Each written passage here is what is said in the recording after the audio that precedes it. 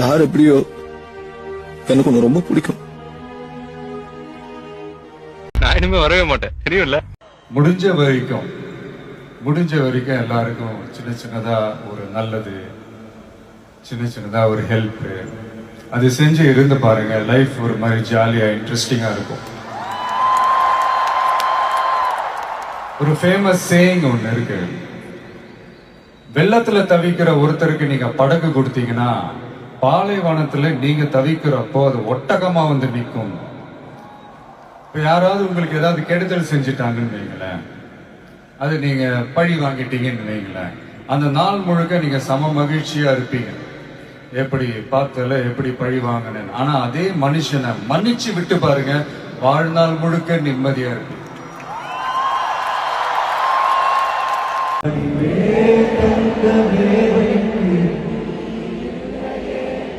இந்த ஊர் பூக்கும் நேரத்தில்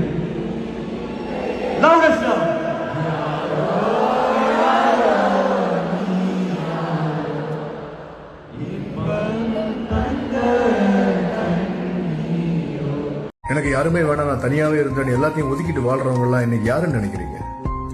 ஒரு காலத்துல எல்லாரும் வேணும்னு அணைச்சிட்டு வாழ்ந்தவங்க தான். கால ஒரு காலத்துல எல்லாருக்குமே தனிமை தான் நிரந்தரம்னு புரிய வச்சு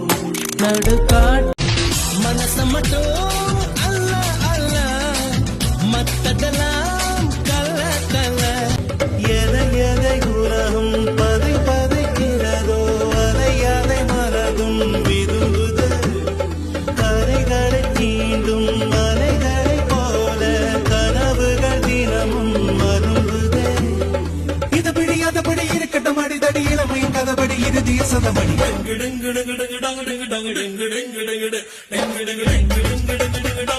இது எல்லாருக்குமே தெரிஞ்ச விஷயம். பழைய கதை தான்.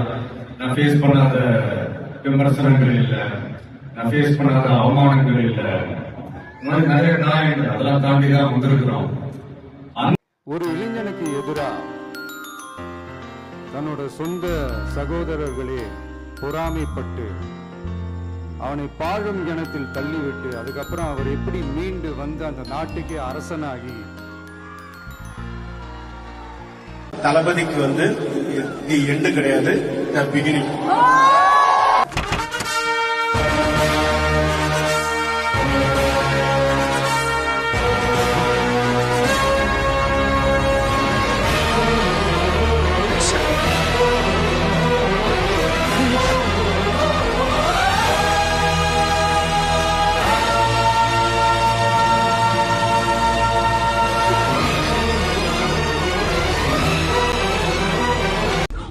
நம்ம யாருன்றது முக்கியம் இல்ல,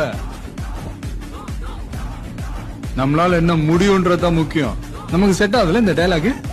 எஸ் சார், நான் வச்சுக்கிறேன். நீ வேறயா? நீ